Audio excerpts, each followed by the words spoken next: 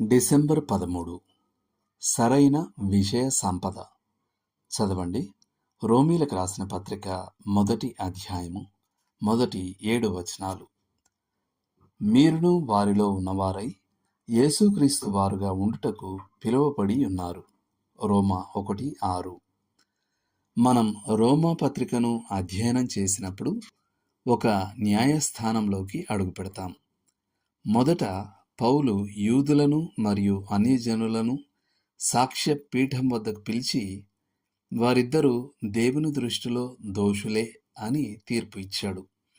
ఆ తర్వాత దేవుని అద్భుతమైన రక్షణ మార్గాన్ని, విశ్వాసం ద్వారా నీతిమంతులుగా తీర్చబడటాన్ని ఆయన వివరించాడు. ఈ సమయంలో ఆయన తనపై నిందలు వేసిన వారికి జవాబిచ్చి దేవుని రక్షణను సమర్థించాడు. ఈ రక్షణ ప్రణాళిక ప్రజలను పాపం చేయడానికి ప్రోత్సహిస్తుంది. ఇది దేవుని ధర్మశాస్త్రానికి విరుద్ధం అని వారు అరిచారు. కానీ పౌలు వారిని ఖండించాడు. అలా చేయడం ద్వారా క్రైస్తవులు విజయాన్ని, స్వాతంత్ర్యాన్ని మరియు భద్రతను ఎలా అనుభవించవచ్చో వివరించాడు.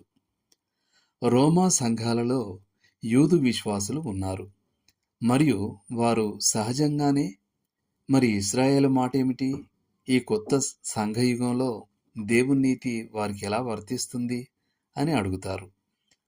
9 నుండి 11 వరకు గల అధ్యాయాలలో పౌలు ఇశ్రాయేలు యొక్క సంపూర్ణ చరిత్రను, గత, ప్రస్తుత మరియు భవిష్యత్తులను తెలియజేశాడు.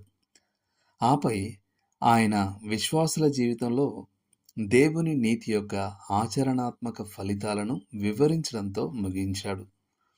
మనం ఈ మొత్తాన్ని సంగ్రహంగా చెప్పాలంటే రోమా పత్రికలో పౌలు మనకు ఇలా చెబుతున్నాడు: నీతిమంతులై ఉండండి, దేవునితో, మీతో మరియు ఇతరులతో నీతిమంతులై ఉండండి. విశ్వాసం ద్వారా పొందిన దేవుని నీతి మనం నీతిమంతమైన అంటే సరి అయిన జీవితాలను జీవించడానికి సాధ్యం చేస్తుంది. ఆ రోజుల్లో రోమా వారికి ఈ సందేశం అవసరమైంది. నేడు మనకు కూడా ఇది అవసరం. సరిగ్గా అంటే నీతిమంతులుగా ఉండండి. లోతుగా ఆలోచించాల్సిన విషయం. జీవితంలోని ఏ వర్గంలో మీరు విజయాన్ని, స్వాతంత్ర్యాన్ని లేదా భద్రతను మరింతగా అనుభవించవలసి ఉంది? దేవునితో, మీతో మరియు ఇతరులతో సరిగ్గా ఉండటం దీనిని సాధించడానికి మీకు ఎలా సహాయపడుతుంది? దేవుడు మిమ్మల్ని దీవించును గాక. ఆమేన్.